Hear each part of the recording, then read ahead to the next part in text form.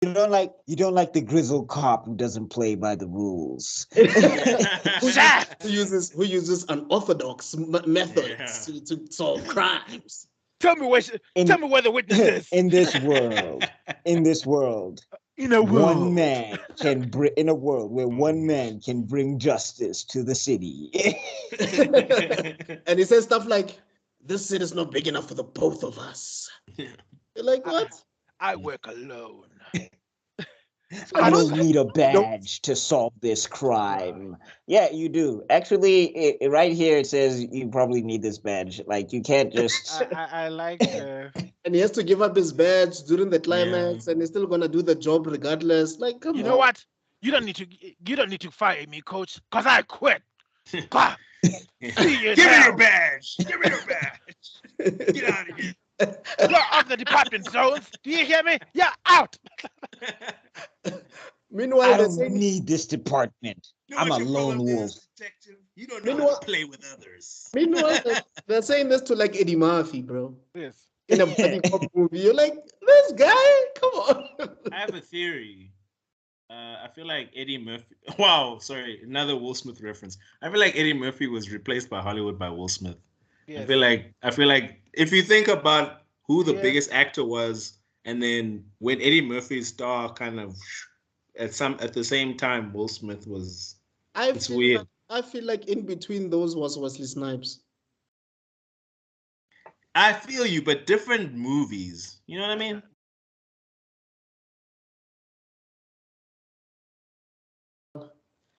Hey everybody, guess what? We're back. This is Africa is Next podcast. Thanks to everybody who's been checking out this channel since its inception. I truly appreciate it. And we've been rocking it with these guys for quite a while on this particular podcast. I'm not alone as usual. I'm with Buckmeister Cool from Master Geek Media and He's in the shadow realm. Give it a few minutes. Definitely in the shadow. No. I'm here, but I'm without light. They have stolen my robot soul, so I can't appear yet. Hence, the load shedding means the shadow realm in this case. Yeah, my AI is missing. And we have the two co-hosts of Nerdgasm from KC Media, which is Pila Masetti and Tebel Logala. Hello. Yes, we are South Africans, number one, and number two, yes, we are geeks. We do know what the hell we're talking about. So you are not. You didn't come across this thing for this is not a prank.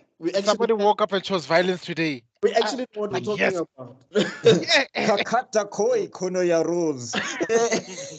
So yeah, today we're gonna be doing another filler episode. In case you maybe wanted to catch up on Bleach. Catch up on Bleach, no, not today.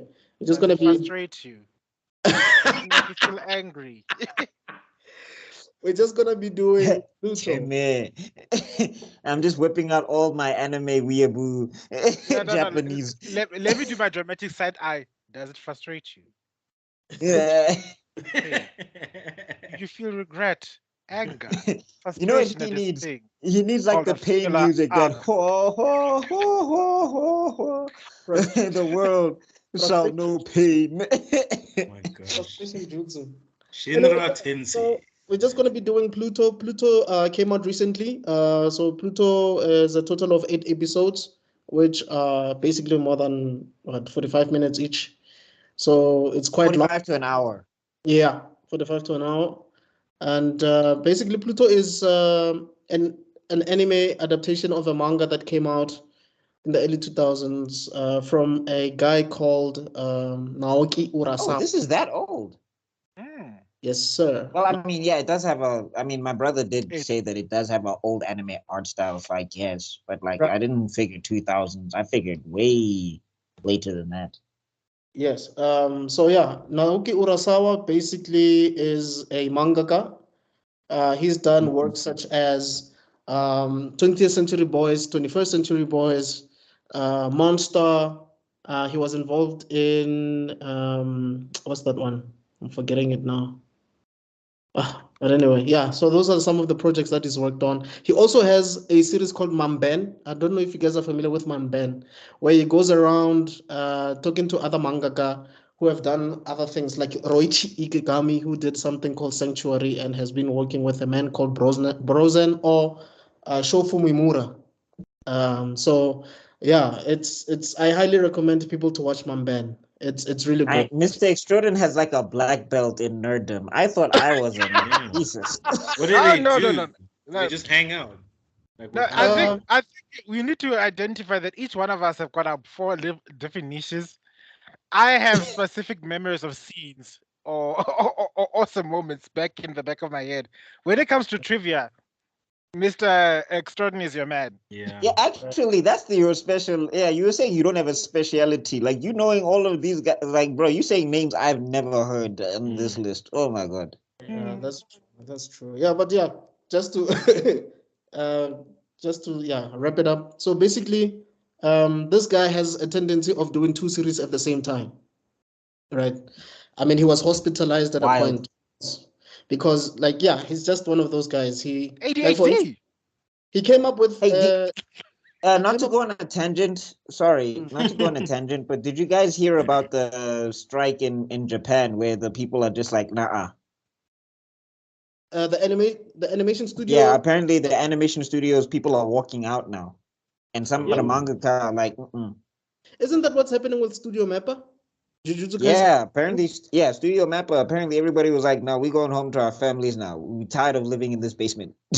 That makes sense. Yeah.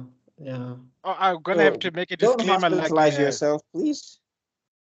I'm gonna have to make disclaimers like we did with the whole writer's strike back in the Ahsoka days. I guess so. If we cover JJK, you are very good with that. So please take it away. I don't know. We are in full support of the workers' strike, whatever the strike is. I haven't done my research. I need to do my research, so make these disclaimers work. But if it's for people to rest and have a life, I'm in full support. Our comments and comments are in no means in support of any of these super companies that are working their employees to death. We are in solidarity right now, and we are talking about what we love because it's what we love. Disclaimer out. Freestyle disclaimer. The three of us fully support what he just said right now. But yeah. Sorry, Mr. Sheldon, you were saying? No problem. Just to cut it short, basically, I'll give an example. Naoki Urasawa is such a genius that, okay, he can also sing, by the way, but he's such a genius that he was in his bathtub, right? And then he was watching the news, and then he heard a speech. I don't know from which president, from which country, but as he was listening to the speech, he heard the line, "As we embark into the 20th century," and that's how he came up with 20th century boys. And he's well known for creating iconic villains. Like, his villains are so complex and so interesting. That's why some people love Monster. They love Monster because of the villain called Johan.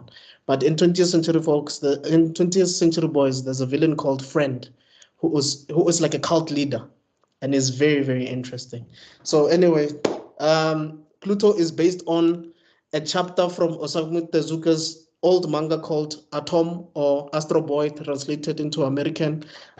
So there was a chapter there called The Greatest Robot on Earth. So basically, Naoki Urasawa read that chapter when he was a kid, and he was inspired by it. And he also says that Osamu Tezuka's work is really, really dark. Even though it's meant for shonen, it's meant for kids, but if you really think about it, it's not shonen. This is why this anime is so serious, and it's not a shonen type of anime. It's very dark. It's very adult themed. So yeah, let's just get into it. And I want, okay, maybe I'm not tangenting anything, but I just wanted to. You can see how this is actually an anime. Okay, please. Because the first thing I did, I was like, I watched the first 20 seconds, and they was commenting about the fight. I'm thinking, this dialogue doesn't add up. Hold on. Then I'm like, okay, audio in Japanese. Nanda Korea. I'm like, yes. Yes. You know what's interesting? I actually prefer the English dub on this one. Backmeister for the win. Okay, it's not my channel, so I can't play a Hero Force in this in this moment. You were my brother, Devilo. But I'm enjoying the Japanese dub. It's so refreshing. You know what I think it is though? I think it's just I've heard these voices before. Like, the Japanese dub is not bad, but it's like I feel like I've heard a lot of these voice actors before, and it's just like I thought there was a lot more variety with the English dub. It felt like it was a lot more like the old men. A lot of them sounded a lot very similar in the Japanese dub, and I was just like, I want to like because the English dub is not bad. I think it's actually pretty good. Also, shout out to Keith David for Dr. Tenma. He did a fantastic job. Yeah. So I thought they all did a great performance in the English dub. David has never sucked in any animated project, to be honest. The voice on a point of just to disclaimer here, I'm not saying that the English dub is bad. This is by no means a bleach. It's very good English dub.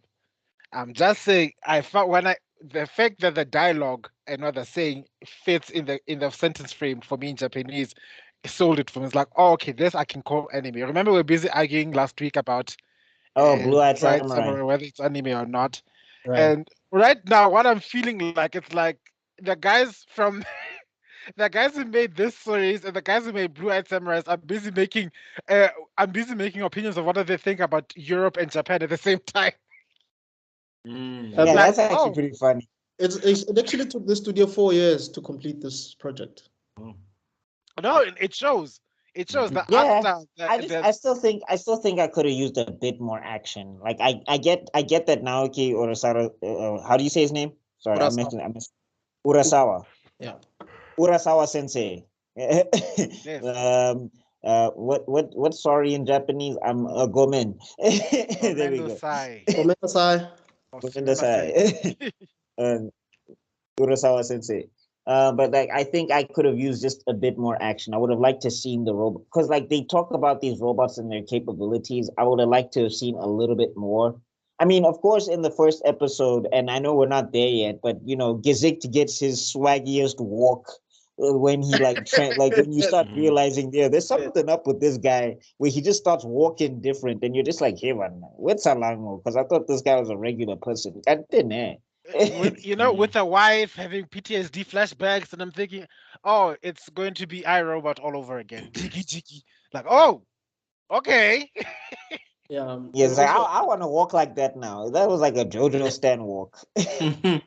Okay, let's basically get into it. So the story starts with a fire. Basically develops working at the moment. Yeah. Yes. You were saying the entire? An entire mountain is in flames. Yeah. And firefighters are going there. They're trying obviously to, Yeah, it's the typical, first I thought this would be like a flashback or something, like, oh no, what's happened? Something terrible. Then to think, oh, it's actually happening live. And then, so there's this big, fancy, cute robot that everybody called Mont Blanc. Yes. Isn't that a name of a pen? Yeah. Isn't it a champagne? Mont Blanc? No, Sauvignon Blanc is the name of the champagne. Yeah. No, there's other Blancs, but oh yeah, that's a Blancs. But Blanc means white, and Mont Blanc just means white mountain. Oh, okay. French. Ding. I tried to learn French when I was in high school. Funny, I know more. I know more Japanese words than I know French. And ladies and gentlemen, Tebelo Kala is like a spy on the side. He does this in his off time. Finished assassinating presidents. I can neither confirm nor deny for the sake of a true spy. For the sake of my co-host, I'm gonna just say no. Oh look, even the lights went off. No, of course not. I'm just a regular ass guy. Mont Blanc is basically considered to be like a gentle giant. He is more like a nature-based. He loves nature, kind of like Android 16 in Dragon Ball Z. And he's the first one to basically die. And his creator, is weeping, comes out and says, this is not a suicide. This person is definitely killed by someone. He's weeping there and all of that. And that's where the mystery starts, right? Because basically there's something called the International Robot Laws, which basically, I guess you could say, it's kind of like the Slokovia Awards in the sense that, robots are not allowed to do certain things, right? And killing of them. For me, like I said, iRobot. You know the three robot laws, blah blah blah. It's like okay, we've got that. I mean, again, I don't need like for me. Oh, sorry. I didn't mean to cut you off. Actually, keep going. I was saying, I also at the beginning, I had that feeling like, oh, it's iRobot 2.0. Maybe they've done a better version of telling the story. So robots aren't allowed to kill. Oh, there's a killer robot out there. Oh, look, there's a. I'm sure this is a robot hating cop like that, like Will Smith. Okay, we talk about Will Smith a lot in our channels. Have you noticed? I've noticed. He's been in the media. Yeah, jiggy with it. No. No, but it's. I think it's. At this rate, people might think that I might have a crush on him. I don't, guys. No. I think it's the rules you're referring to. I think they Asimov's 3 rules, because I know he's like a prolific sci-fi writer. Also wrote about robots. Yes. Who's that? I think, is it Robert Asimov? I might be butchering the first name, but I know his last name is Asimov. Okay. And he basically wrote like sci-fi robot stories, and I guess these rules have carried on through other people's fiction. Oh, I see. Okay. I mean, oh, sorry. Go ahead. No, please go ahead. You wanted to say something? I mean, for me, again, I don't know. I'm kind of over the allegories of everything. Like just in general, like even if it's not robot allegories, like I'm kind of tired of like, okay, these elves are the prosecuted elves, and they're the ones that it's like I get that fantasy is used for that, but I'm like with this robot thing, I think I've seen it a lot. Not that this is bad, not at all. I don't think this is bad at all. I would say objectively, I think this is better than something like Blue-Eyed Samurai, just because I think the narrative, fight me. Yeah, because I think the narrative is way tighter in this and all of that stuff. And like one thing does lead to another, whereas like Blue-Eyed Samurai has like the habit of dropping stuff kind of halfway sometimes and everything. But like, yeah, I think the whole allegory thing, like after Detroit Be Human, the video game, and after like, iRobot and all of those things, I'm like, do we really need more allegories for like human interactions anymore? And the other thing is like, can everybody who's developing AI just watch this and stop developing AI? Maybe let's just like, What do you think the robots an allegory for specifically in this show? And it's persecution, it's human relations of like hatred and why would you keep this particular person down, or why would you take this particular person's right away? What makes a human? What makes the difference between a robot and a human? Like it's hitting a lot of those beats for me. But I'm just like, it's kind of like X-Men, you could say, in a sense that because these robots are very interactive. Like, there's no fine line to think, well, okay, robots have relationships, robots have jobs, they have apartments, they have husbands and wives. I can imagine what the economy must be looking like for all these humans. Imagine if now we've got a never tiring workforce that is they can appear perfectly human, just like we do, and they'll never complain or tire about the workload or anything like that. I'm trying to think what the economy must be looking like. Maybe some guys have watched the future episodes of Nosua. We'll get answers. I haven't seen them yet. But wow, the foreshadowing is scary right now. It's like, wow. Yeah, and I just want to say something quickly. So the manga originally ran from 2003 until 2009. And then 6 years. Pardon? I'm saying about 6 years then. Yeah.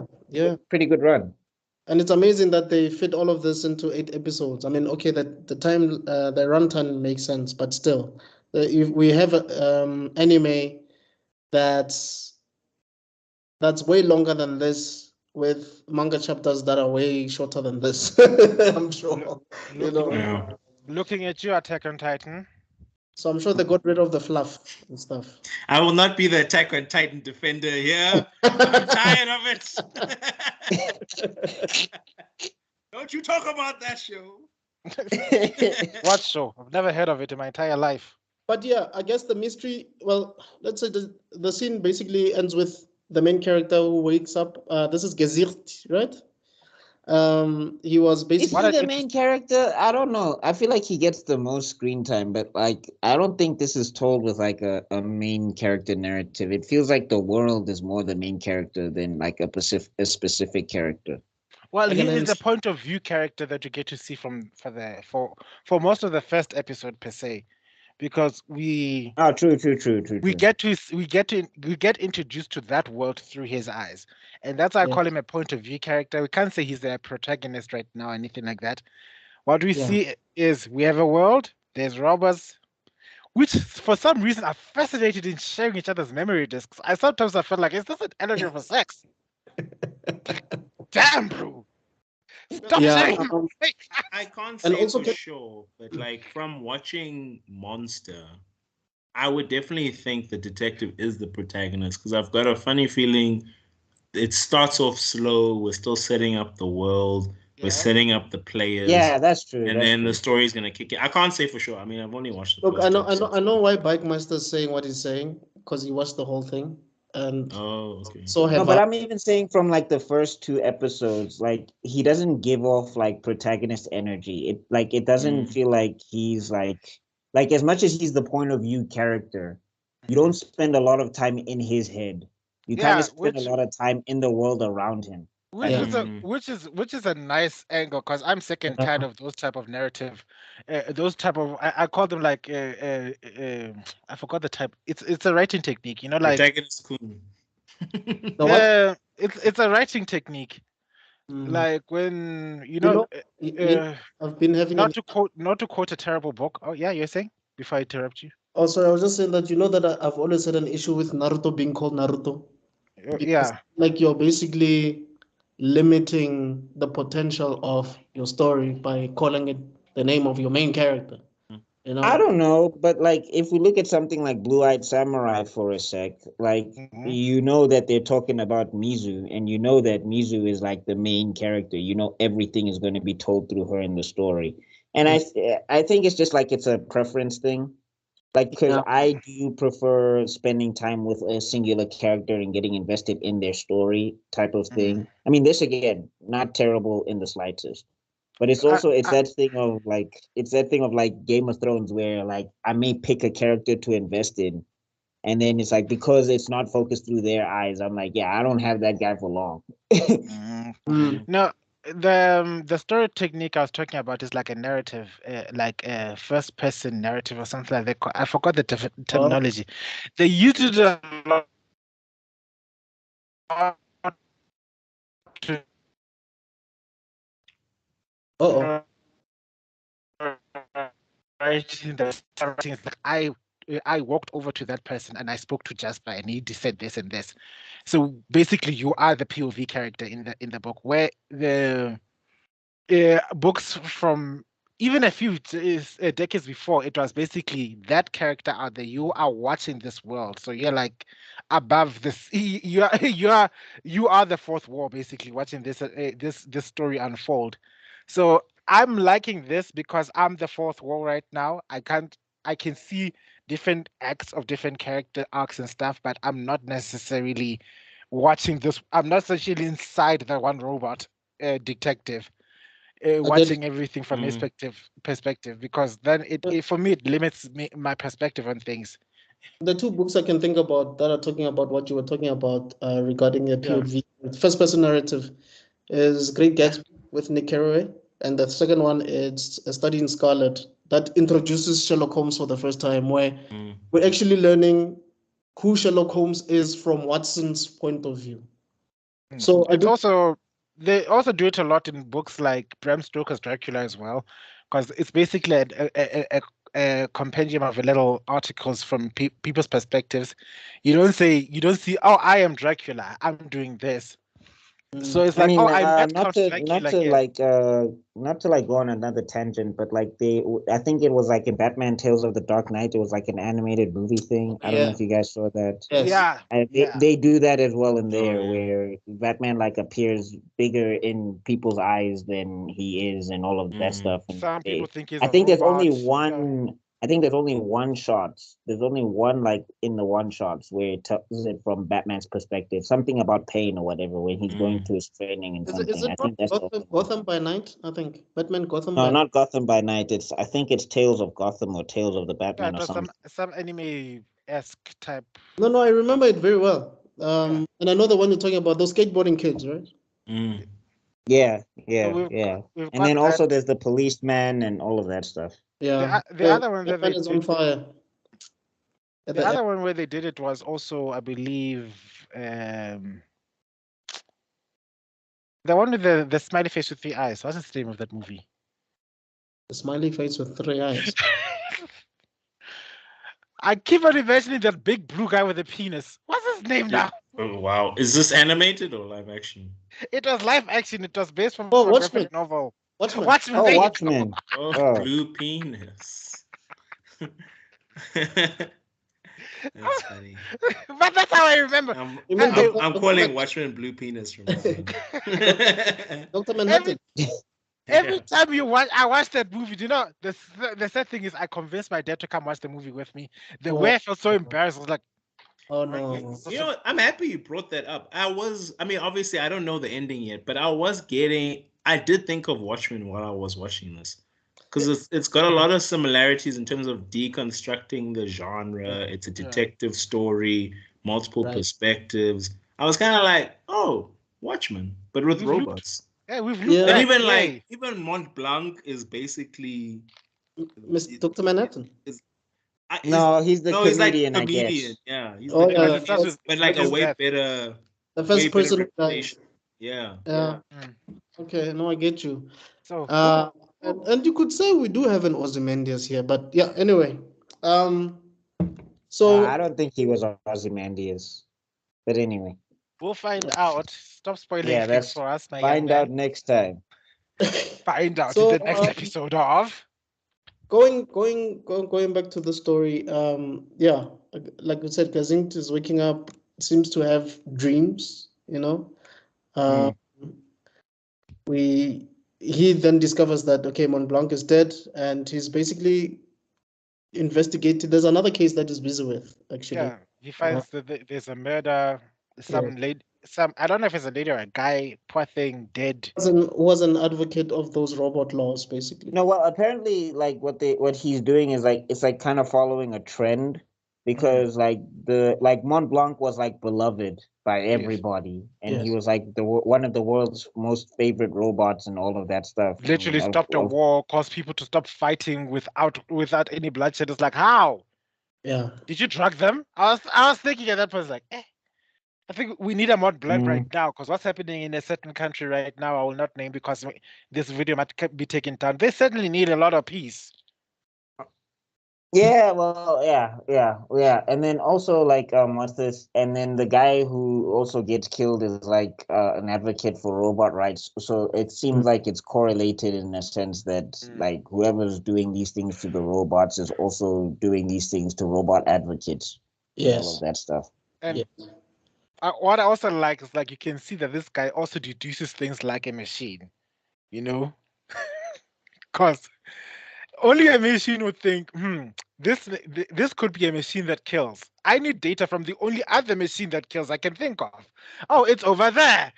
Which is sort of like a Silence of the Lambs. Well, I've never really watched the movie, but for me, I haven't watched the movie, but like, yeah, I know the reference. It's always like when they, like in the Batman, they did it when Batman goes to go talk to Joker, even though they deleted the scene and all of that stuff. Yeah.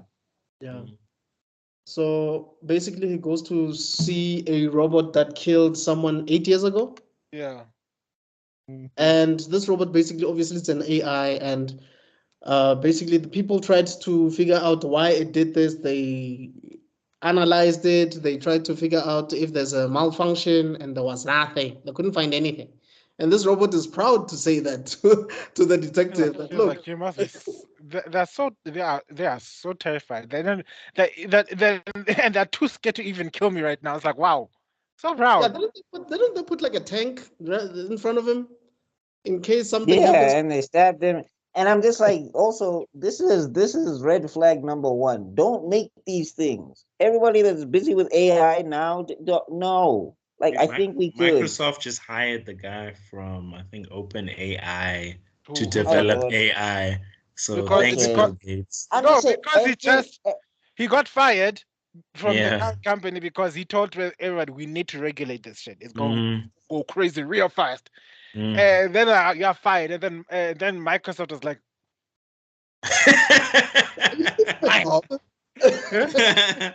Yeah. Weird. no, but I'm just saying, Skynet every in real piece of life. sci-fi media, I can't remember one like piece of sci-fi media where this goes well. I don't know one. Her works out pretty well. What happens in her? He basically, well, it doesn't actually end up the greatest. So he basically dates his robot companion, ew. and then she dumps him. Okay, It's a that's really good not. movie. How is that better? Yeah, they don't take over the world. She just dumps him and then hooks up with another AI because she's like, "Nigga, you boring."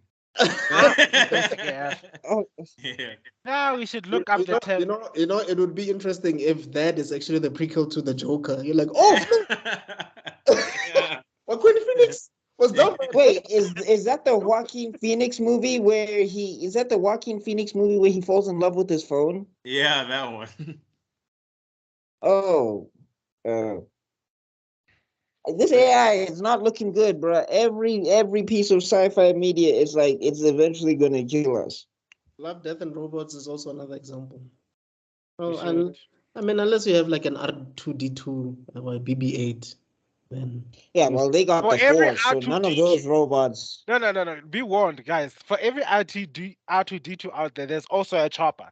And if we all the Rebels fans know what Chopper did, so that's not Yeah. Well, there's Metabots. Yeah. I mean, imagine a world with Metabots. I could live in that world. But you remember what happened? Yeah, but what if it turns into Transformers where they're downing cities every 5 minutes? But if you remember Metabots, you remember there was a war because of the Metabots. You don't remember this?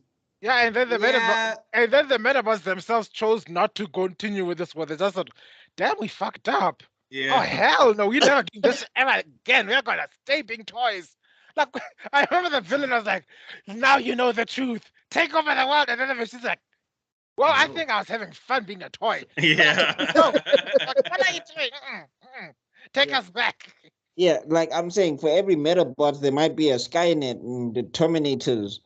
Yeah. Dun, dun, dun, dun. Another property I hope that we can touch on in the future is Ghost in the Shell, man. The anime, I'm not talking about the live action. Like Scarlett Johansson is such a good, talented actress. She deserves that role. Fight me. Okay. Anyway. You don't believe that. But it's okay. Anyway, yeah. No way, I was like, That's what no. happens when you watch dub. That's what happens. So yeah, basically, this detective is just going around trying to figure out what the issue is. And I think what's interesting about this is he's not the only detective in the show. Yeah. You know, because you do see. Which is something, sorry to interrupt, but it's something very refreshing. You know, I'm sick and tired of this high case murder and then there's just one detective working on the case. Are you sure that's how they works in the real world? I'm pretty sure that many people working in different angles in the same, especially the more high profile the case becomes, they don't just leave it with one person. One person is in charge of getting the intel. One person is decoding the crime scene. The other person is doing something. It's a teamwork. That's why there's a department which works for us. And the bigger the case, the more hands-on people get. You don't like the grizzled cop who doesn't play by the rules. who uses unorthodox methods to solve crimes. Tell me where the witness is. In this world. In a world. One man can in a world where one man can bring justice to the city. And he says stuff like, "This city is not big enough for the both of us." You're like, what? I work alone. I don't need a badge to solve this crime. Yeah, you do. Actually, right here it says you probably need this badge. Like you can't just. I like And he has to give up his badge during the climax, and he's still gonna do the job regardless. Like, come on. You know what? You don't need to fire me, coach, because I quit. God. Give me your badge. Give me your badge. Get out of here. You're off the department, Jones. Do you hear me? You're out. Meanwhile, I don't need this department. I'm a lone wolf. Detective. You don't know how to play with others. Meanwhile, they're saying this to like Eddie Murphy, bro. Yes. In a buddy cop movie, you're like, this guy, come on. I have a theory. I feel like Eddie Murphy. Wow, sorry, another Will Smith reference. I feel like Eddie Murphy was replaced by Hollywood by Will Smith. Yes. I feel like if you think about who the biggest actor was, and then when Eddie Murphy's star kind of at the same time Will Smith was. It's weird. I feel like in between those was Wesley Snipes. I feel you, but different movies. You know what I mean? I could see Eddie Murphy being in Men in Black. Yeah. Yeah. I get you. Or Wild West. Yeah. Yeah, but that one was bad. So. Yeah. But back to PLUTO. I was about to say back to robots. Back to PLUTO. You know, so in episode 1, basically, Gazik starts chasing down like the suspected person that they found. Yes. Or whatever, like they get a description. That's episode 1, right? Yes, when he jumps off the bridge and is nothing is wrong with him. Like if you didn't even know I think that's when you get the plot twist that he's a robot. Because I'll tell you now, when I was watching it, I didn't think he was a bot until he pulled that jump, and I was like, oh, okay, he's obviously not human. Right. But I don't know. It's also anime, and humans in anime be doing some, you know. For me, it was when he tanked a blow to the head from the same weapon that killed another robot. It's like, oh, not only are you just not a robot, you are a much better robot. I'm not gonna lie. I was with you guys because I was like, is he a robot? But then at the same time, I was like, but then why is he married? But then after a while, I kind of let it go. I was like, okay, I guess robots get married in this world. But that's the beauty of Naoki Urasawa's writing. He makes you think as often as he possibly can. Yeah. You start questioning certain things as you are going. And I think that's why, you see, I compare him with Christopher Nolan in a sense that you just have to watch something that he does more than once. Because the second time around, you're like, oh, yeah, all right. There it is. No. Yeah. Then there was then he puts him to sleep with his gun. I don't know how that happens. Well, it explains that because he's a robot. Do you remember that robot, according to the robot laws, they're not allowed to kill. So it's non-lethal sleeping gas. Yes. Yeah. Then he tells the robot wife that her robot husband is dead. Yeah. That was sad. It was sad, and then they also give him like, oh wait, here I don't know. I was like, all right, I guess, you know. We had a child, you don't but mess with these robots, human child. I don't know, man. I'm over allegories. I'm honestly. Yeah, but also sometimes when I Mr. Buckmeister, you're the youngest of the four of us. You can't be this cynical.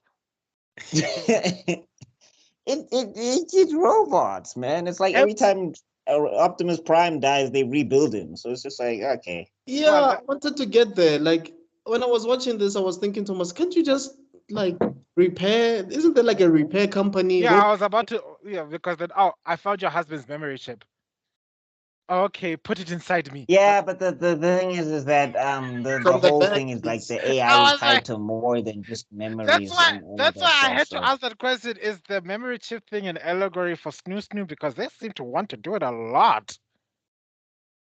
On that note, only Urasawa knows, my brother. We have no idea. Yeah. You know the answers to these questions.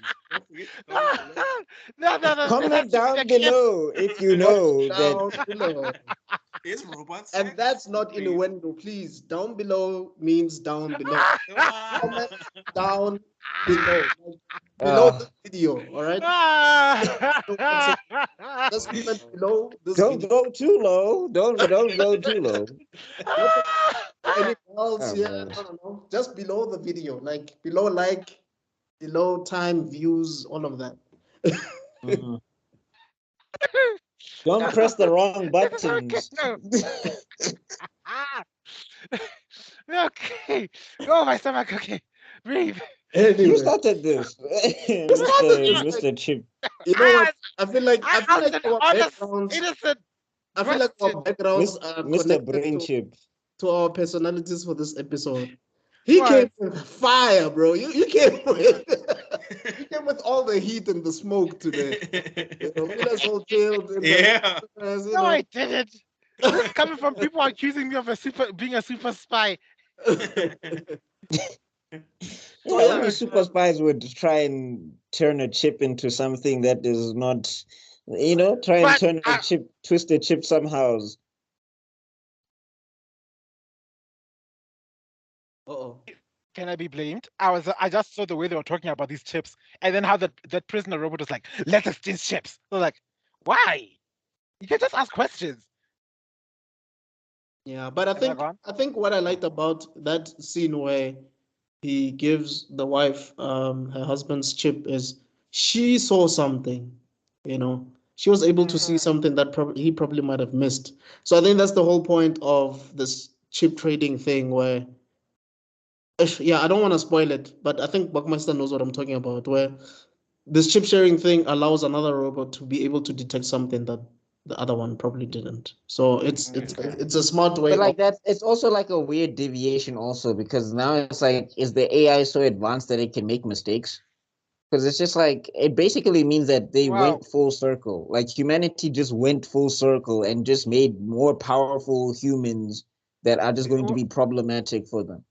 That's what I got from the get-go, because there was the other thing that showed me that these machines are somewhat capable of being more human than that, which means they're capable of making mistakes. We've got this guy having his never-ending dreams, and then a little further on we go to that musician scene, which was boring. I don't care what people have to say. I'm sorry. Where okay, You talk about me having a heart of stone. What? Jeez. I do get what you're saying, because they sort of raised our expectations.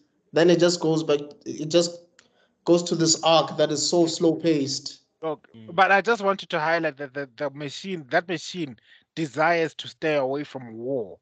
You know what I mean? So in that case, of course, that it means they're becoming more human in that by that extent alone, they are capable of error. I mean, I get why the second half of this episode, and I'm not trying to defend it. Like, I understand why the second half of the episode was super slow, but I also understand its function, because it's kind of, because I mean, if we're gonna go through the motion of these robots, the robots that are well known of being assassinated or whatever, then we're supposed to feel for it and connect to it, and we're supposed to care. Yeah. So that second half was like, you should care, you should Yeah. care. And They also, are people. And I was it's like, I got it. I got it the first 15 minutes, guys. Yeah. Let it go. I'm not that No. I'm not that dense. it's like trying Did to you get get it? But let me but when I say it, okay. No, I Mhm. agree with you. I didn't say you're wrong. it's like also like trying to get this And stubborn yeah. the stubborn hard-headed Stink Mina, say it. That is Stink Mina. the Stink Mina type character, racist. What did you say, nigga? You telling me to love these robots, nigga? He's blind. He hates machines, and he doesn't. And he seems to beat on anything that machine creates. Stop Kind of playing reminds the piano, I was waiting for that. piano. I mean, I'm not gonna lie. Aren't you guys over that trope now of like the servant having to teach the old person not to be racist in movies? Like, I'm so Empathy. over it. Like the Empathy. Driving Miss Daisy movie. Yeah. I'm so yeah. over it, dog. Like, fuck. And Yeah, I think yeah. also I mean, remembering what time period this thing really came out in from the jump, like in 2003 versus 2008. I guess that's the problem of animating projects that are old, if that makes sense. yeah, you run into a lot of old things. Yeah, you run into a lot of old tropes. I think that's the True. issue. Even though, yes, we are focusing more on AI now, but the fact that we have these storylines that have old and tired concepts. I just hope someone out there's gonna put a picture. It says like there's going to be a picture of this guy equals and then Stink Mina. I And mean, then it's just not then way put it on before the internet. 16, but I get you. And then we just throw it But I into mean, the also, like, I guess also when you get to the end of that arc, they do like, it's unlike how, like, it's a good thing that it takes time for him to change. I think like one of the things that hurts that trope so much is that they like kind of almost change instantly, where they're like, oh, I'm not racist anymore. Like they are robots actually, like they've just Like, been programmed with a chip or whatever. like you But stop like, racist. and North #2 does things where it changes this guy, and also like the last thing that he that does has was so impactful, and it that was like has the the thing most that yeah. disturbing singing voice I've ever heard in my entire life. I thought you'd be able to like get programming for your singing voice, child. It's okay. I was expecting something beautiful. It's like, oh wow, it's okay. I'm sure Okay, that so voice you let actor was and like, then guys. I'm sure that voice actor was like, guys, you know my singing is garbage, right? Like, dude, we're not gonna pay any other action. singer. We're not Disney, no? We're not Disney here. We're not gonna get like a voice actor here. So I was like, But like, I I was like, for the think what life they of could God, have done, these what crazy I think they could have done for North #2, I think what they could have done is they could have just had the mom's voice come out of his mouth. Yes, it's a ooh, machine. yeah. Oh wow. But it would have been a loophole because it would have been like not a loophole. What's that? A plot hole because we would have been like, No, how not was not necessarily, because you could say that when he went to the village, he just found somebody who could sing it in the same key as the mom could sing it, and then he just there was a recorded her report voice. or something? Yeah, no. Oh, you could have just taken the old man's voice recording. It's like, oh, he's singing beautiful. Listen, oh, they should learn. Oh yeah, correction. There is a world where robots actually are a good thing in the world, sort of, kind of, Mm-hmm. kind of. Except with exception for one. Oh, it was like the humans who messed it up, but the robots are actually doing fine. Baymax.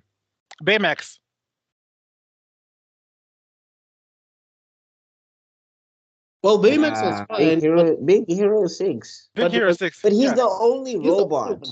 He was the only No, there are other robots there. No, the nanobots were monstrous termite eating things. Like Baymax was the only one. And also he wasn't like programmed for combat things. He was like a medical bot or whatever. Yeah, Baymax is like the R2D2 of that world in a way. But I thought there was like it's a world where they had even underground fighting clubs because of the different types of robotics. Maybe we need to. Yeah, but I'm saying those weren't like AI. Like Baymax is the only one that's AI. Those ones are like controlled or whatever. Okay. Okay. Anytime the robot can think for itself. I mean, there've been reports of this in real life where apparently they tried to make an AI computer and it switched itself off because it realized that it was supposed to be for the environment. So it realized that if it goes on, it's going to hurt the environment. So they tried to switch it on and it kept switching itself off. Quantum predictive technology, something that we still can't manage to create. I keep telling these robotic. Oh, sorry, this is a different topic for different group of people. And then another instance was the two robots started talking to each other in a language nobody could understand. So the scientists panicked and turned it off. It's just like, I don't know how many signs you guys need. I don't know how many signs you guys need. It's like real life kybers. I don't know how much stuff you guys need to happen before you realize maybe this is not the greatest idea. Haven't you watched Age of Ultron? Haven't you watched iRobot? Haven't you watched any other thing? Rather, before iRobot, haven't you watched Skynet? I mean, Terminator. 2001: A Space Odyssey that came out in the 60s. True. But anyway, going back to this thing. Pella, Ultron wanted to kill us by scanning the internet. I'm just like, Whoa.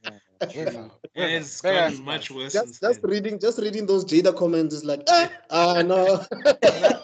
Now, imagine if it's back then they just had Tumblr. Now we've got Twitter. So imagine if it's. I mean, it would be a 4chan. It would be a plot twist if like, and Reddit. Oh my god. It would be a plot twist if like Elon Musk is a robot this whole time, and he's trying to help fellow people, and he's like, and then he takes Zuckerberg, and then he's like, I would have gotten away with it too. If it wasn't for those 4 meddling kids on the You just said Elon Musk. Some of our laptops are gonna go crazy at this rate. Like these motherfuckers, they do not learn. So anyone who's been following the podcast, here's the Will Smith counter is here, the Elon Musk counter is over there. Yeah, you'll decide which aisle you wanna go to. One day when you have our big ass set and people will be watching us all over the world, we're gonna have a Will Smith counter. Who knows? Maybe we might even invite him. Hi, Will. Yo, we'll get a clothesline right there from the Philadelphia, born and raised. Hey, wow. I spend most of my days. So like, okay, we already know that, but okay. So speaking of Philly, segue back. Yeah, you know. So yeah, it took me a while to realize this thing isn't happening in quote unquote Japan. It's like, oh wait, they're talking about different places in the world. They're talking about him having to go visit Japan for a holiday. Because it's that's true. I mean, look. Well, his name is Gizik, so I'm assuming he's a European. Oh yeah, he went to Europe. Yes. From Europe, yeah. Like Naoki Urasawa. One of the tropes. I remember there's a YouTube channel called Comicstrips. I'm not sure if you guys are familiar with it, but the guy basically just would profile different comic book creators, and he would read a comic and then pick up some tropes, common tropes that he finds in the writing of these comic book creators or whatever. And he did one of Naoki Urasawa, and he says that Naoki Urasawa seems to be fascinated with Germany. There's always like a German name or a German location or German history or German something, even in monster. I can't wait for him to look at Tito Kubo and says like, this man is fascinated with Spain. It's the biggest boner for Spanish stuff. He must be Latina. And then I don't know. I mean, I don't know if that added to the dub, but did it make the dub a bit better? Because it's not set in Japan and they can technically use their English voices and it doesn't make it jarring. Did it make it better or not really? I don't think so. I think because for me with anime, it's just what hits my ear nicely. Like, I guess like when they're pronouncing German names in Japanese, it does like kind of throw me off a little bit. But like outside of that, it's like, nah, it's just about what hits the ear nicely. I don't necessarily look for accuracy in an anime. Like when I was watching the Hellsing dub, like for me that slapped because I was like, oh shit, like British accents, they're doing the whole thing.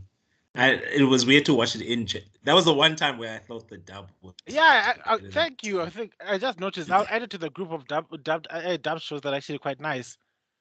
Because sorry, Mr. Extraordinary. No problem. I just wanted to ask you guys a question. Now that we're talking about this, like, sometimes when you're watching, like, I'll give you 2 examples that come to mind. Either Blue Lagoon or what's the other one that I was thinking about now? Blue or Black? Sorry, I think Black Lagoon, isn't it? Thank you so much. Sorry about that. Black Lagoon, or there's also Witch Hunter Robin, I think. Even Evangelion, where Beck is the one that I was thinking about. Stick to the sub. where in the original script, right? I'll use Beck as an example. In the original script, you find that you have a character that's one of the main characters who is multilingual, and in the sub, this multilingual character, when dealing with Americans or Europeans, would speak English. But in the dub, when they do it, they sort of, you would hear them saying, "Oh, so you speak English," but it's dub the whole time. Doesn't that bother you guys? Sometimes. Back, but I imagine like in Psycho Pass, what they did is they would just have people speak English with the Japanese accent, and that would always throw me off. Oh no! Because like they would be like, nanda to deska, what, and then all of a sudden they'd be like, "You're going to have to kill me," and I'm just like, wait, why are we doing this? I don't know if you remember that dude. Me down today. Do you remember that dude, the American guy from Gans? Do you remember the American guy from Gantz? The guy who used to speak English. I think it's like the second half of Gantz. It was hilarious. This is a guy who insists, like in the original Japanese language, there's a guy who insists on speaking English while he's walking around with everybody and they're all getting killed and stuff. But his English is like horrible. So he's like, what do you think they are doing? Oh my God. You know, like, oh, no, you know who is like that? If you watched the 1,000-Year Blood War arc, the black guy who creates Zanpakuto in Bleach. Oh no. How he speaks American. What is that? What is this? What is this? Hello, everybody in the body. What is this? I have to catch up. I have to catch up. You'll catch up without me. He's a really cool black character, and when he opened his mouth, I was like, oh God. Yeah. What is this thing you're talking about? I've never heard of it. Aizen died. That was the end of Bleach, ne? You know, when Aizen stopped and the Fullbringers came back and was like, oh, Ichigo got his powers back. Yay, the end. So, what's this? You guys should stop pretending that fan fiction is actually a real thing. It's really going to confuse us. Anyway, going back to this thing, I think also the world building is really good. I mean, the infrastructure in this thing is amazing, man. Did you see those roads? Jeez. The drawing style, the attention to detail. These guys got paid. Those animators got paid. They've got a retirement from this series. I am so convinced like they're well off now. After this, I was like, I mean, yeah, sure, that part was ridiculously boring, but that flashback when they were showing the sunset and the light, or in the light when this kid was busy chasing after his mom. And all the crazy stuff, and you could see all the lighting and the different angles, and it's like, do you know how long it took to make that scene look just like that? It doesn't happen overnight. It's beautiful. Even the moment where he started losing his eyesight. I was like, guys, people. That was amazing. These people were paid. They were paid. They're like, they thought, no, it's gonna take about 4 years. Yeah, I bet. So what? Like, how much do you want? They were not paid. Because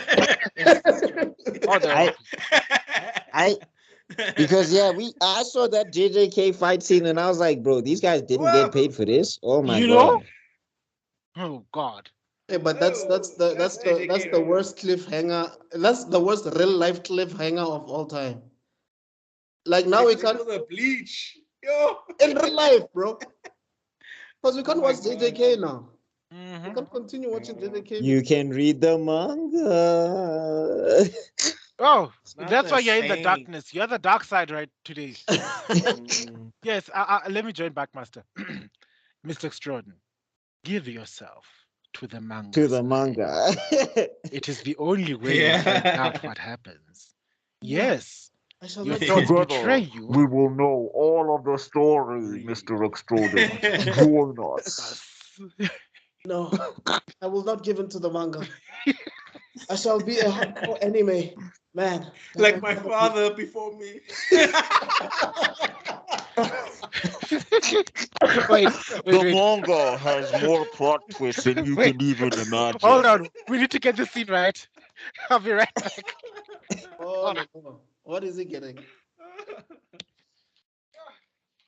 Yeah, no, it's still Pluto, guys. Yeah, I thought you guys what a might tangent. Star Wars out of your system. Clearly not. Hey, Darth Vader is goated, man. True. Together we will rule the galaxy. Join me. Out of curiosity's sake, not that we have to talk about it, but have you guys finished Blue Eyed Samurai already? Well, I mean, I know you have. Yeah. No, not yet. I need to push. I need to push on that. Have you finished it? Yeah. Oh, great. I've joined the dark side, Lee. So you said you're an anime reader like your father before you. Yes, I am. So be it. Otaku. Yeah. If you will not be turned, you will be destroyed. Oh, hail the Emperor. I feel like Palpatine is one of the characters that really enjoys being a villain. Oh yeah, no, yeah. Like I told you, he's like without making it look childish. Like he enjoys it, man. Like when he's fighting Yoda, it's like you're like, yo, relax. he was having the time of his life. He got everything he wanted. Yeah. I mean, he even says No, this, like, when he's fighting Luke and he's like zapping Luke, you can even see it in the actor's face. He's like, young fool. Only now, in the end, do you understand? Your feeble skills are no match for the power of the dark side. Okay. The guy was. I think he spending was hours zapping people rehearsing. on his off time. I think like he was walking around the office just being like, ha ha ha ha. I was like, oh, hey. I should say this. I should say this. When he says that, I want to say this. Like your overconfidence is your weakness. Your faith in your friends is yours. Anyway, back to Pluto. Back to Pluto. No more tangents. Pull away from the dark side. So episode 2, right? That's when I don't know who. we meet the other detective, which is We meet the other detectives, right? Who is a famous character in Astro Boy. Actually, he's like the main detective in Astro Boy. Isn't he supposed to be just okay? Let's ask questions because I haven't watched Astro Boy. Let me not ask too many questions. Okay. But it's Yeah. So again, can somebody? I mean, I've been also watching like I've been in the middle of Yu-Gi-Oh and Morikaku, so I'm missing some details. So the guy who wrote the robot laws is the one we find hung up on a tree or something. Oh, is this episode 2? Yeah. I saw the beginning. Yeah, this is episode 2. Yeah, so they're basically trying to figure out if this was a suicide or if whatever. I mean, the horns were there. I did give away. Yeah. So for me, I think it's like we are working with a serial killer, and they're like trying to figure it out, and it's got that cool detective thriller type of vibe. We don't get jump scares, which is thankful. I'm not a fan of jump scares, but we do get a moment where you ponder and think like, what the hell's going on? The other show that it came across, especially when there was that big cloud thing, and Northwest 2.5 million. What is his name again? North what? North number 2. North number 2. Why did I call him Northwest? Why am I thinking of Kanye West? No one robot should have all that power. Yeah. That's another unmentionable name for the internet, but all right. Anyway, so when he was fighting him, there was a big cloud forming in the skies, and there was the whole energy battle happening in the heavens. And it kind of reminded me of that. I'm not a fan of that cloud, guys, honestly. But sorry, go ahead. It kind of reminded me of that show, Raising Darren or Demon or something like that, where there was this kid with superpowers. Oh, Raising Dion, I think. Raising Dion. Yes. There's like, oh wait, this is almost exactly like the same thing. It happened in that season. Big ugly cloud takes away all, comes to fight against all, quote unquote, powerful entities in this particular universe. Like, were they sharing notes? Yeah, like I haven't watched the show you guys are talking about, but remember this initially came out in 2003 to 2009. So you could I guess it predates a lot of this stuff. Does it predate Silver Surfer? Because they also did that in the Fantastic Four Silver Surfer, where Galactus is just a big cloud. Was I pissed? It does. Was I pissed? Look. Okay, wait. What tangent? No, back to Pluto. Okay. Yeah. So, he activated his trap card. I activate tangent. Anti-tangent. This is where they realize that this is an international issue. Like this is not just a small issue, because this detective, because this happens in Japan, I'm assuming, if I remember correctly. So that's when they realize that there's been another murder elsewhere in the world with Mont Blanc. So this is where they start now comparing notes with other detectives from other parts of the world. Pardon? By doing the robots were doing the thing that I was asking about. Yes. So Which is kind of weird now that I've mentioned it, because now I'm thinking it's episode 2 and that's a child, so I can't really make that allegory anymore. So that's kind of gross. Let's not It touch doesn't that. make sense. No. So I officially retract my question. Okay, let the records show that question I asked a few minutes earlier. Bleep it out in your mind. I never asked it. I'm gonna gaslight all of you. So basically, this is been introduced to Atom, who is basically the main character in Osamu Tezuka's Astro Boy. That's Astro Boy, but obviously now they're using his Japanese name. It's like, calling a character Kakaroto. Yeah. Like calling. Pardon? Because he's like Sorry, in Japanese they say his son, I guess, right? Yeah. Do they call him Goku or do they just always say Son Goku? Or Son Goku. Son Goku. It's Son Goku or Son. I've heard Krillin say Son or Kurlin. Sorry. Kurlin say Son. Also, how did Goku get the surname? Anyway, that's a tangent. Never mind. I was just saying the other name they also use is Jonichi-kun instead of Joey in Yu-Gi-Oh. Oh yeah. Or Anzin sort of tear. I don't know where tear came from. Someone was thirsty. Find out. It doesn't mean this time. So we meet Atom. This time. So we meet Atom. Okay, we meet Atom. There you go. Atom. And I think it's raining. I think he's looking at a snail, and this fascinates Gazinkt for some weird reason. Then I was so sure he was gonna smash the poor thing. I was like, oh, there's some dumb kid. I know kids are cruel, and then, like there was a break, and then there was like, oh, he picked up a snack. Oh, don't kill it, child, no. But then it turns out, yeah, they have coffee, and then that's when we discover that this is not just any ordinary kid that this guy met. Wait, does the episode end with them talking? No. It starts with him greeting him, and then it continues from there. Remember, these things are an hour long, but I think okay. If this was not an hour long, I think the episode probably would have ended there, where he sees Astro Atom. No, that's where the episode ended. Yes. No. Yeah. I'm saying I get what Mr. Episode 1, that is. Oh, episode 1. Episode 1 and wait. So episode 1 ends with him meeting Atom. In the rain, when he was about to cry, when he was looking at the snail. Right, and then episode 2 is when they in the restaurant and Atom is eating things and saying it's tasty, which is also just like, wait, so the robots can taste things, like, or they can simulate taste, or what does that mean? My question is, what happens to the food? Do they? Well, he went to the toilet. No, but he didn't do what he was supposed to do in the toilet. He went there to cry. Which means there has to be something creating the necessary tears.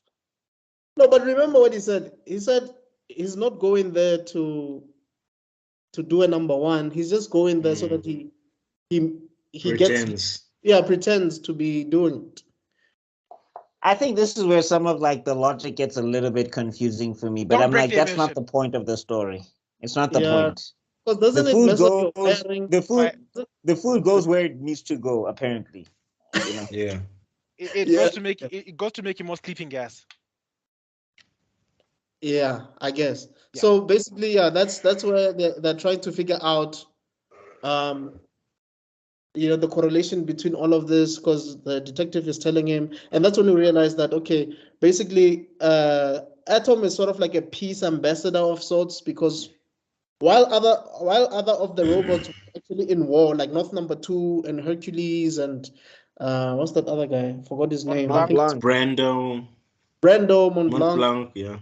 While they were actually like fighting their kind, Astro was busy parading, waving to people, hey, what up?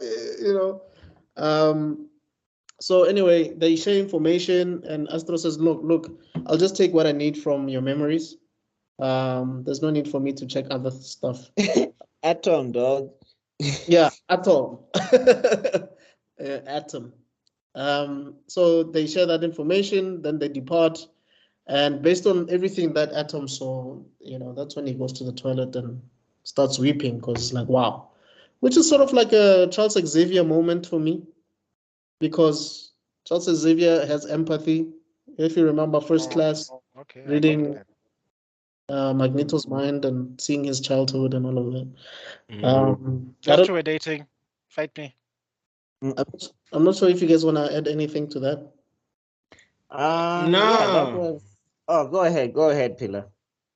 Oh, okay. No, I was just gonna say not. I mean, it's we saw the flashes of brief flashes of the character's backstory a little bit in episode 1. So I guess I also like the way episode he 2. the way the detective tried to lie through not exchanging memories, and the guy was like, "Bruh, you can lie to me." You mean Atom lying about? Yeah, because he just sat there and looked at it like. Yeah, because he went to. Oh, yeah. Atom I did see go. what you're saying. Where did he go again? He went to. I know he went to 2 places. The first place that he went to was the detective, because he was trying to help them with the investigation. He went there, and then he went to the offices, and then they replayed the entire. Sorry, Pillar. You were saying something before we cut you off. My bad. No, it's fine. Go ahead. Oh, okay, cool. Sorry, man. Yeah, so they went back to the crime scene, and it's weird because I thought that the detective would be more welcoming, but he's on time. Hey, what are you doing here? You know, Like, I've got access. His buddies in the original manga. No. Yeah. Well, also it's that thing that the Bella was talking about earlier, where like the detectives don't feel like they have any place anymore because the robot detectives can have X-rays and they can see everything, and so. Oh yeah. That was funny though, because it's kind of like, but even if he's a robot, what gives him jurisdiction to just be a detective now? It was kind of just like, I'm here now. I think this goes back to something Rob said about if you don't understand the law of, like, you were talking about a DC movie, and it's like if you're not a comic book fan, some things will fly over your head, right? So with Astro, when I saw that, I'm assuming that Astro had already been saving the Japanese citizens from certain robots that wanted to destroy. Yeah, robots that wanted to like destroy the place and whatever. So he's been working hand in hand with the cops. Oh, so in this universe, he's not just an ambassador, he's a crime fighter. He's a crime fighter. The thing is, when they sent him to be an ambassador, he was told he was sent under the pretense of going to go fight. Yes. So. So he is Astro Boy in this world. Sorry, I was just under the impression that in a sense. No, I think in a sense he's not Astro Boy like Astro Boy, but like yeah. And then also like he does mention that because he had Gezik's memories, he was able to access like Gezik's protocols and find like a way to get clearance to be on the scene. Yes. Oh yeah, because also I mean, if he has certain information that Gezinkt already has, that could be helpful to the Japanese detectives, because that's information that they are not privy to. I know, but I don't know. Internal logic for me is if there's information about high-class murders, you want to keep as little people in the know-how, because I mean, these robots have the memory sticks that they can put amongst each other. So if the enemy gets the memory stick, then he'll know what everybody else knows, and he just needs one from one robot. You know what I mean? But I'm thinking too far ahead. Also, shout out to the. I sorry to keep bringing it back to the art style, but also shout out to the animators not making an overtly ridiculously handsome type character in this storyline so far. Yeah, I'm sick and tired. I'm sick and tired of the Gojos of the universe, and it's like everybody's like, "Make me I'm yours, daddy." And I'm thinking, guys, can you just enjoy the story? I mean, the main character has the biggest, ugliest nose I've ever seen in my life, and I'm enjoying every second of it because I can get to see him as a character instead of seeing as a sex symbol. And props, thank you. I think that's the good thing about Naoki Urasawa's art is that he makes sure that the character designs are either ridiculous looking or just someone you see off the street and say, not like, House Moving Castle. Andre. Well, I don't know. Johan was pretty good looking in Monster from what I saw. But I guess but that was part of his charm. It was part of what made him evil. It's part of the character, you know what I'm saying? It's not like you're just some random guy and you're a main character and you just happen to be like extremely good looking for no reason. You know, you know what I mean? So yeah, I agree with you guys on that one. So yeah, basically he shows them some of the hidden stuff that they couldn't have seen. Who was having tea and stuff that was broken and that was hidden in the rubble, you know, which basically helps them with their investigation. Oh no, I just got to understanding what this whole file sharing thing reminded me of. Ooh, you see, this is why we need Rob sometimes, because he'll understand what the reference I'm gonna give him to gonna go. This file sharing thing is like what the protos refer to as the color. What? You're the only color I know. What is the color? You see, that's why I was like, I need Rob, because Rob is the only person who plays StarCraft. He'll get what I'm talking about. It's like there's this, especially with the some of the mechanical warriors called the purifiers. They created an artificial sense of the color, which subroutines elevate each other's combat and working efficiencies by being in close proximity to each other. So I'm now going some deep StarCraft lore, but now I remember what this was reminding me of. This is related to the memory chip sharing thing. Yeah, because you're telling me like this robot picked up something that other robot didn't, and that robot is gonna pick up something that this other robot didn't, and it's just like the color. Oh, I get you. In StarCraft, there's this thing called the color, which is basically the sacred union of every thought of emotion of these warriors called the Protoss. And we'll go into detail. I'll make a deep dive into the gaming lore one day, and then I'll let you know. I'll let you guys know why the Protoss are the best race and they're superior to those disgusting bugs. So, now, back to normal viewing. So basically, after this is not exactly normal viewing, but okay. I think after he goes to that detective and shares that information and they get a new discovery, he goes to this professor who is basically, in the original manga, he is the professor who's basically taking care of him after Dr. Tenma lets him go. And yeah, so he basically just tells him about what he's busy with, what he's doing. Oh, this is Ochana-Mizu, right? Yeah, Ochana-Mizu. So this goes back to what Buckmaster was saying. About Gezinct not being necessarily the main protagonist, because now we're just focusing on like that episode. Like after that meeting with Gezinct, Atom becomes the focal point of the thing because the information that he has acquired, he's now sort of like a mini detective sharing information, which I kind of like. Yeah, it works. I kind of like it. Shows, like I said, it gives the sense that it's a worldwide case. Right. You know, it's not just I'm the lead detective. We're talking about. There's no Shaft. So it's. I mean, but I think that's a credit to the way this guy set up the writing. I think like what people need to take away from this is that you have to go in with that mindset that you're going to shift character to character. Like I think what some other stories do is they'll make one character who was the focal, like Perfect Anime that did this, right? I don't know if you guys ever watched it, but Akame ga Kill, right?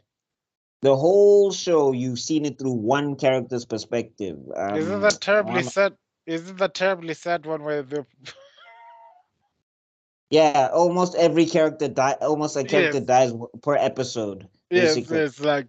Which at some point is just whack and you just get numb to it. Yeah. So I didn't like that. I know there's a bunch of people like, oh, this is so realistic. It's like, first off, giant magical scissor ladies. Nothing is realistic in this. Second of all, killing characters, one character per episode.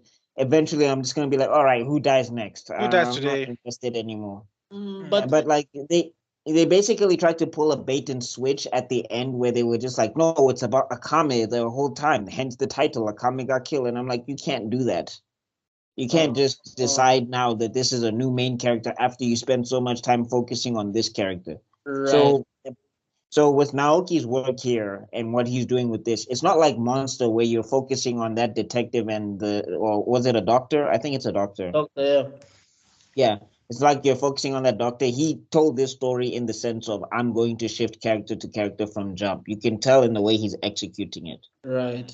But something similar to what you guys are saying, but I think it was done a lot better. I don't think it was done like a Kamega Kill, is Basilisk. I don't know if you guys remember Basilisk. Oh my God, I haven't had that name in I a long haven't watched time. Basilisk. Oof, Haven't Basilisk watched Basilisk. is really, really good. Even though there's a character that dies in every episode, but the way it's done, it's really good. And there's no real main character. It's just it's really done well. Where two clans are fighting each other, and like they're getting rid of each other episode by episode. I just want to say something quickly. So there's a guy called Takashi Nagasaki who is a co-writer of PLUTO. So unlike some of Naoki Urasawa's work where he does the manga by himself, he had someone else to help him write this. So yeah. Cool.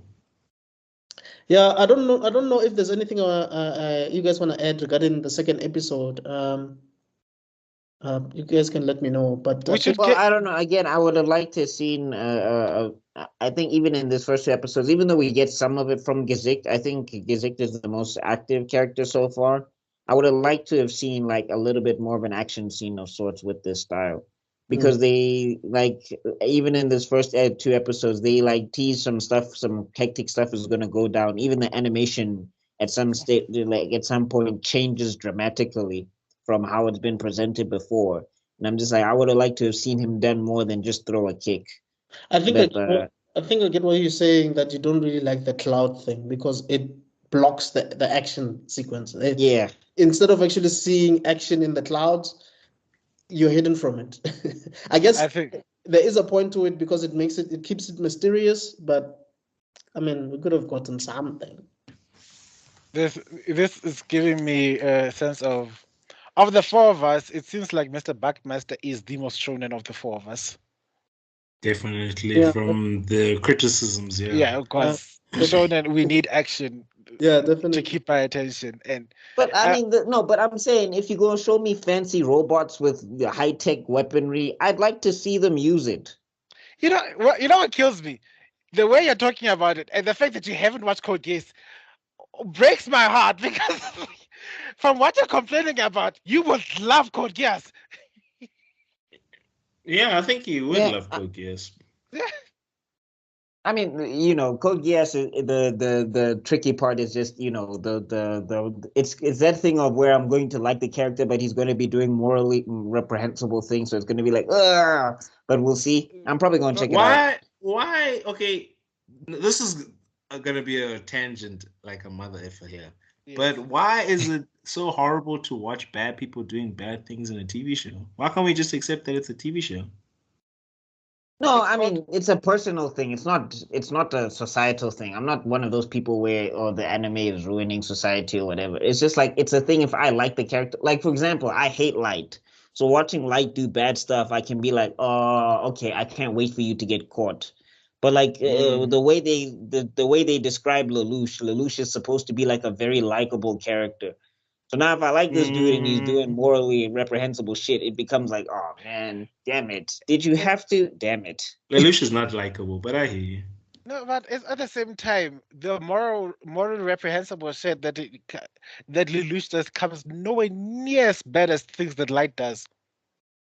Okay, tangent. Let's go back to PLUTO. Yeah. Let's go back to PLUTO. Basically, Mr. Backmaster, join us in the Lelouch side. We need you. Yeah. Back to PLUTO. I'll check it out. But anyway, like I was saying, I just like, the thing is, like, the way they show off like Gesicht and the way he's also moving like super tactically and he has all of that like stuff. I would have liked to have seen, because remember, you can also storytell through a fight. Yeah, you can also storytell with how a character moves and all of that stuff. Yeah. So I would have liked to have seen some of that stuff as well. I'm with the disclaimer at the top. I think everybody is entitled to their own taste. There's no right, there's no wrong. I personally like the slower pace. I actually, even if there's no action in the show, I'm totally okay with it, because I feel like in my head, I feel like I'm watching more of a mystery show.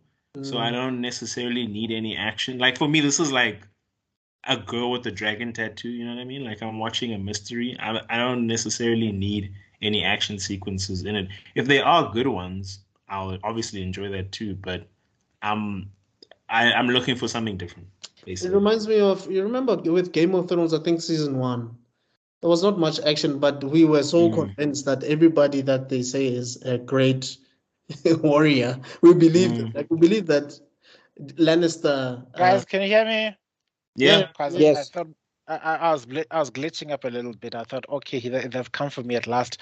Kanye West has entered the chat with the other those who shall No not be one named. man should have all that power. No, but you know what? I think to Buckmaster's point though, these robots are considered to be the 7 most powerful. Well, I haven't seen the other 7, so I can't wait. Sure. But so he's right in a sense. Show us, how powerful they are. You don't have to go all out and do like a 60 episode thing where they're powering up for like, Okay, but like here's the counter. Sorry to interrupt, but here's a counter, right? So like in Watchmen, not the movie, because Zack Snyder, but in Watchmen the comics, the action isn't the main focus. It's the mystery. Right. And for me, I feel like that actually made it better. I felt like the action was a distraction. And I mean, obviously, we're talking about the greatest superheroes of that time, but the focus wasn't the action. I feel like when the focus was the action, it kind of compensates for the lackluster. In Watchmen, I would say that the action complemented the story. Like, I don't think we get Are we a lot talking of about action. in the movie or are we talking about the comic book? No, I'm talking about the comic book. I'm talking about the comic book. Like, so you get to see, like, for example, you get to see like and when I say action, I don't necessarily also mean like hand-to-hand combat fighting and all of that stuff. I mean, of course you get to see Rorschach do some stuff. Like Rorschach does actually, get in like some fisticuffs. You get to see like Ozymandias like catch the bullet, like stuff like that. You remember like you get the scene with Silk Spectre and Night Owl when they were fighting those goons at night? I think they went out. But that's the movie. I think that's the movie. I don't think that happens in the comic. Even in the comic, they do beat Oh up. yeah, there is that, and then also Ozymandias and Night Owl do get into a fight at the end of that comic. Yeah, and you get to see like but I'm saying even if it's brief, like we get to see and you learn like a lot about like Night Owl and Ozymandias and all of that stuff through that little fisticuff interaction thing that they have there. So I'm not asking for. Sorry. So correct me. Was I having a fever dream, or does Superman appear in that thing? No. Okay. The whole thing is that the only person who's ethereal is Dr. Manhattan. Everyone else is supposed to be like a regular person. Okay, cool. True, but it isn't like it's not like a Spider-Man comic book where we're getting a long action scene. Yeah, I get that. It's but literally I'm saying, 1 punch, 2 punch, 3 punch over. You know what I mean? Yeah, that's cool. I mean, like for example, a perfect comic that did this was Long Halloween, where you don't get to see the fight, but you get to see Batman leap into action and all of that stuff. So I'm saying like I could have used just a little bit more to see like some of this weaponry in action and all of that stuff. I get it. I get you. I get you as well. But I also I'm not asking for Dragon Ball Z. That's not what I'm looking for. I'm just like I'm not looking for that, but like I would have liked to have seen these robots in action. Also because like with Astro Boy, when you look at like some of the manga and some of like the adaptations of Astro Boy, you get to see Astro Boy in action a lot, and you get to see the different capabilities he has as a robot.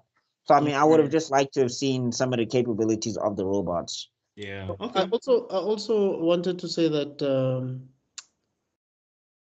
Man, I'm losing. You know, when you're waiting for someone to just make the point, you wanna say something, you wanna add on, and then. But again, that's a personal preference. It's not as much a criticism on the show. Sorry, I just wanted to say this. You know how we were talking. I was actually watching our video on the Netgasm podcast. We were talking about how Rick Flag was saying, this is Katana. Just don't be too close to her sword. We'll make sure that whatever. So I was like, in here, how it was so good because when Gezinkt was going to see the robot that murdered another robot 8 years ago, or people 8 years ago. Oh, Brow. The other guy is trying to give him like these headsets so that there's some interference that could actually kill him. But then he says, "Oh, my alloy Is will advanced. is so advanced that it would basically, you could say, Yeah, so I'm immune to magnetic pulses. I got that. It's like yes. yes. So you see how great they made that. I mean, that in itself was a threat, right? That in itself was like, these stakes are quite high in this particular situation, but they don't make it like the exposition in it was not forced. There was rationale behind him saying that thing. Yeah, True. and at the same time, there's also inside a helicopter, and then they're introducing you and saying, "Be careful, she can." yeah. You know? The other exposition scene without them talking too much was where he flat out refused to share memory chips with this psycho killer robot.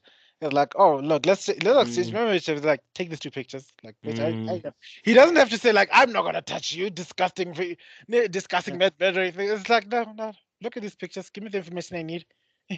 Exactly. True. Exactly. Hey, that's another thing is Brown working for the police. They go to this man a lot for these cases. Oh, this robot, I guess. Yeah. Yeah. So I'm guessing because he has nothing else to do, he's like, I'm fine. I'm trapped down here anyway. I mean, they do hint that his character development is him gonna be like, oh, maybe I should be more of a family man. Maybe I should take care of my family more. Or maybe I should have kids. Like, I'm expecting the series to end How? with him and with kid. I mean, they tease it. They're teasing it. Yeah, no. In their own way. Buckmaster and I will just keep quiet on this. Yeah, I don't know. To say though, we do. No, I mean, like, yeah, no, Gaziked very much like the thing is. No, that's don't interesting- spoil, please. Yeah. No, I'm not spoiling. I'm not spoiling. I'm just saying the way Gaziked operates, he is, and I guess all of them, it's like you forget that they're robots. Like a lot of the time, people are just like, "Wait, you're since when? How? Like how are you a robot?" And then his arm will turn into a cannon, and then you'll be like, "Oh, right." So I think like that's also done really well, where you sorry. can get those kind of vibes from a character like Gaziked. I'm still getting error messages. How the hell is he gonna have kids? Hey, you know what? Back to let's talk about the end of this episode. Android 18. Yeah, you guys can refresh my memory on the ending of this episode. Like I said, I think I haven't watched it. Oh, I think what happens is He meets the Brando. doctor. Is it Dr. Ochi who? Or No. Ochana-Mizu. Ochana-Mizu. Yeah. He meets He's driving with Ochana-Mizu somewhere, right? I can't remember. Oh yeah, so Atom. No? So Atom is driving with the doctor.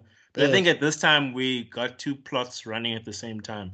So Atom's driving with the doctor, and then the detective Gressett, he goes to meet Brando. Yes. And he sees Brando as a modern day, I guess, boxer in this world, but with robots. Isn't he a wrestler?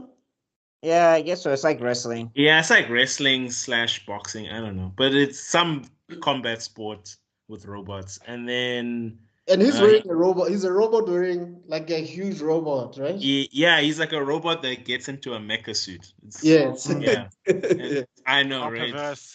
Bruh, it's like a lot. But but then so he goes with Brando. Brando goes to meet his wife and his kids.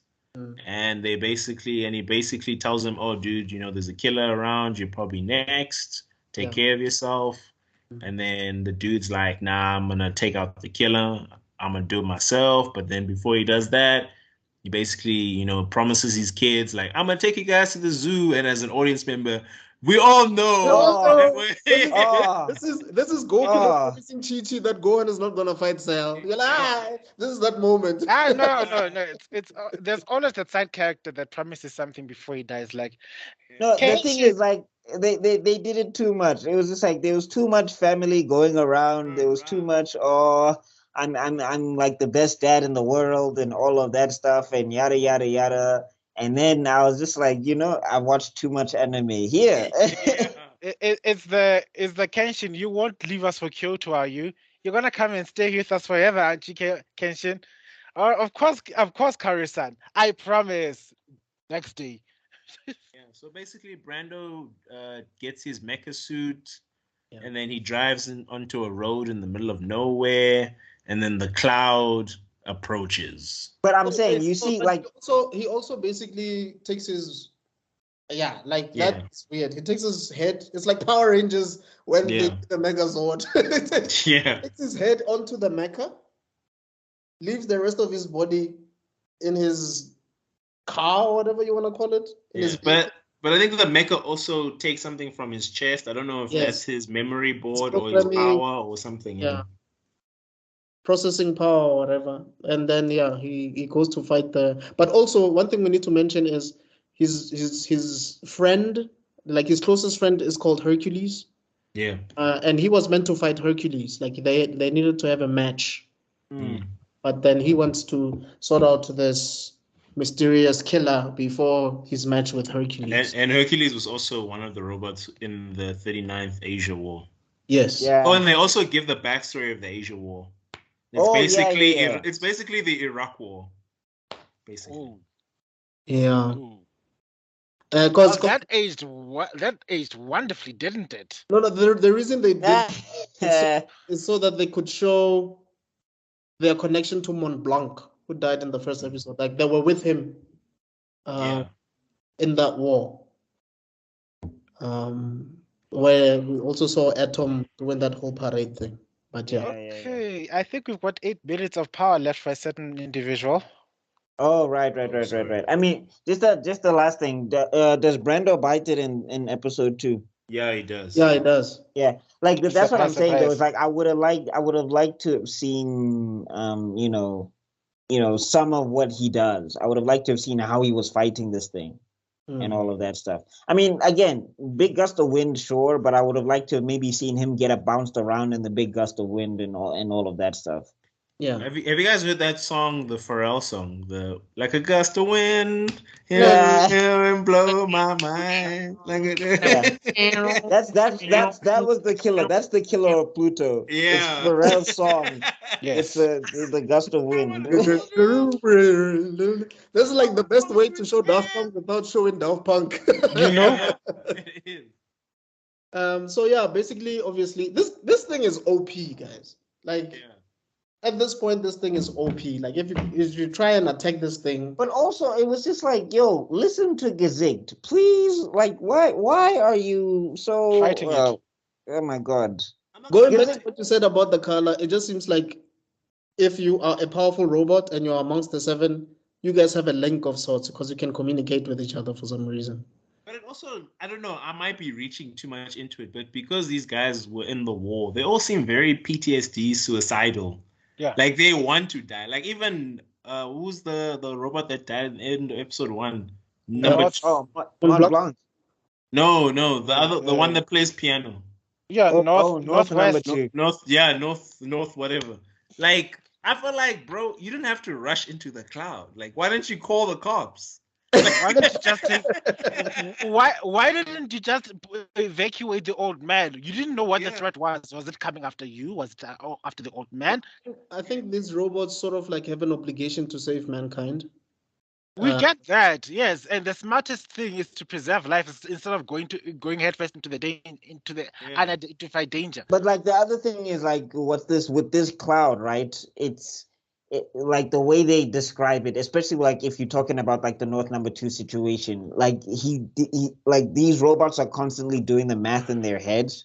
Yeah. So he was looking at like depending on because like this cloud thing is also OP. Like the way it's taking people out, it's like a hurricane or something. yeah, and also it's like it's fast. It's not just a regular hurricane that's thingy. If that robot or if that cloud, whatever that thing is, whatever's in there, if it can sense that you're trying to make plans to get out, it's going to do things to kind of pull you back. So that's why North number 2 was like, okay, if I try to like he looked like he was doing calculations in his head of some sort. Yeah. Yes, because think about it this way. If he was trying to go save the old man, imagine the damage that he could have done to other people in the process. That's why it's like, okay, let me just go. Let me just go and see. Kids, if you're watching this, call the cops. Don't try to Call the cops. Call the When you cops. see Tupac, I hear you guys. Yeah. No, look, hey, I'm saying we are robots. We don't have advanced weaponry in our stomachs, so no, I'm very much good on not trying to be an action man.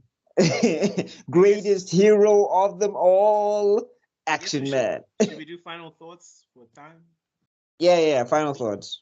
Look, I don't want to lie. This writing for me is really, really great. It's magnificent. It's brilliant. The letdown is that second part of the first episode. I agree with Develo. It's not really that great in my opinion. I do get the messaging behind it, but I feel like after we've seen that first act with the detective and then going back to this music thing, I was like, what is the point of this thing? But apart from that, for me, strong two first episodes. I enjoyed every moment of it. It was great to see Atom in a different light, in a seinen setting as opposed to a shonen setting. It's like bringing Goku into a seinen. It was Would really never work. He would not fit. But anyway. But But yeah. it depends on the writing. But yeah. My final thoughts. Vegeta would be suited for seinen, but anyway. I don't know. Anyway, my final thoughts. Still a bitch, though. Okay, my final thoughts. Again, not big fan of the allegory stuff. I don't usually, because like the thing is with allegories is like people like to use that to make excuses for certain things in the real world. I know it's just a personal annoyance of mine or whatever. So not a big fan of allegories. That part that people are complaining about, I didn't mind it. I just felt like it fit with the rest of the world anyway. Like they had to make the robots sympathetic somehow, because remember now, when you're dealing with robots, there's always like a disconnect of they're robots. I don't need to know like if they die or whatever. I'm just like, I'm sure he uploaded his AI to the cloud or whatever. It's not the same as a human. So they had to show that robots, AIs can have dreams and all of that stuff. Right. But yeah, and as a person who finished the show, I do think the intrigue gets bigger, better, and louder, and all of that stuff. We'll get into some of the other nitty gritties of it later, but like, yeah, if you're enjoying it now, it does stack on in the mystery and in the commentary. Mm. All right. And you, Tabella? No, I'm hooked. I want to see what happens. I'm like literally after this, I'm going to straight back to finish episode 2 and keep going. Who knows? I might be hyper fixated and watch the entire thing the next 2 days. We'll find out in the next episode. Okay. On Dragon Ball Z. Yeah. Our Africa is next. I'll keep it brief, but I think this is gonna probably be a masterpiece. I can't say for sure. I'm only episode 2, but so far I have no complaints. Even though there's slow pacing, but I know it's set up for more. So I think so far it's gearing up to be maybe anime of the year for me. But yeah. Wow. Oh, okay. That's amazing. All right, guys. So that is our take on Pluto. We're not going to rate it yet. I think we're just going to rate it once we have watched all the episodes. But next week we're doing Bleach again. Yeah. So we're creating more frustration with these with all these projects, because now we're going back to Bleach, and you guys are like, oh, but what about Blue Eyed Samurai? What about Pluto? But So, unfortunately, that's just how we roll here. Will we finish in time? Find said- out on the next episode of Africa is Next. Yeah. We We called ourselves Africa is Next. So just, we're still getting there. You know what I'm saying? But anyway, from myself, from Buckmeister Cool, I'm sorry you guys couldn't see his handsome face. We have all agreed that he's handsome. You'll see me next week. Yeah. Yes. And then from we've been Pila trying to. and Who Tibelokhala. knows? Who knows? Maybe he's trying to protect his modesty because we're literally in the last recording. We're trying to sell him off. Yeah. Maybe he's on a date. Who knows? Yeah. We'll see you guys. This is AI. The same AI I was bashing this entire time. It's actually AI this entire time. Is on a date. Because I know. Anyway, we'll see you guys on the next one. Cheers. Cheers. Peace.